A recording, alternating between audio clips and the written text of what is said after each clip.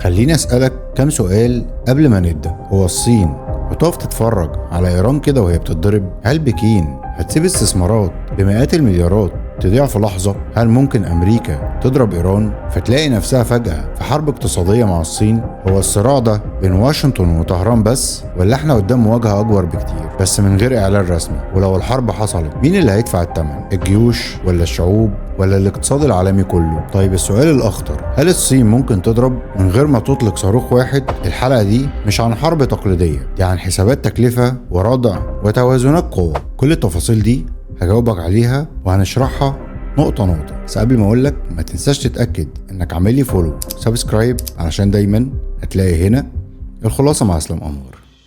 يلا بينا.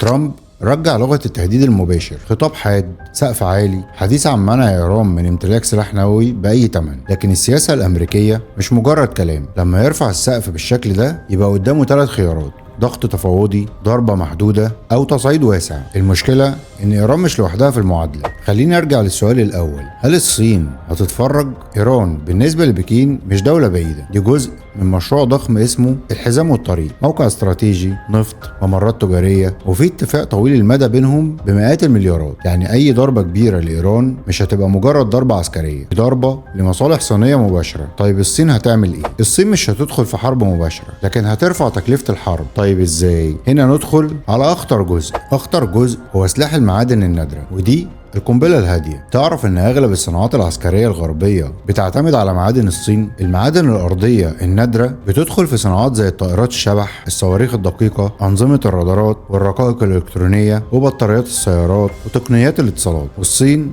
مسيطرة على الجزء الاكبر من انتاجها ومعالجتها. ولو بكين قررت تقلل التصدير مش توقفه بس تقلله، النتيجة هتكون أسعار ترتفع، سلاسل تصنيع تتعطل، شركات تكنولوجية تتأثر، وصناعات عسكرية تتأخر. تخيل أمريكا في لحظة تصعيد عسكري وتلاقي مصانعها الدفاعية بتواجه نقص خامات، وده ضغط بدون رصاصة واحدة. نروح بقى للمرحلة الرابعة، النفط، الشرارة الأسرع. لو حصل تصعيد في الخليج النفط هيقفز فورا ل $100 أو 120 ويمكن أعلى. ارتفاع النفط ده هيترتب عليه إيه؟ تضخم عالمي، ضغط على أوروبا، أزمة في الدول النامية، وتوتر في الأسواق الأمريكية. الصين هنا ممكن تستفيد استراتيجيا، تعيد ترتيب عقود الطاقة، توسع التعامل بعملات غير الدولار، وتقوي تحالفات مالية بديلة. هل الدولار نفسه ممكن يدخل المعركة؟ لو الحرب دي أثرت على استقرار الخليج والطاقة والسوق المالي، الصين ممكن تسرع خطواتها لتقليل الاعتماد على الدولار. الدولار هنا مش هينهار، لكن الهيمنة ممكن تتاكل تدريجيا، والتحولات الكبيرة دايما بتحصل وقت الأزمات. طيب يعني إيه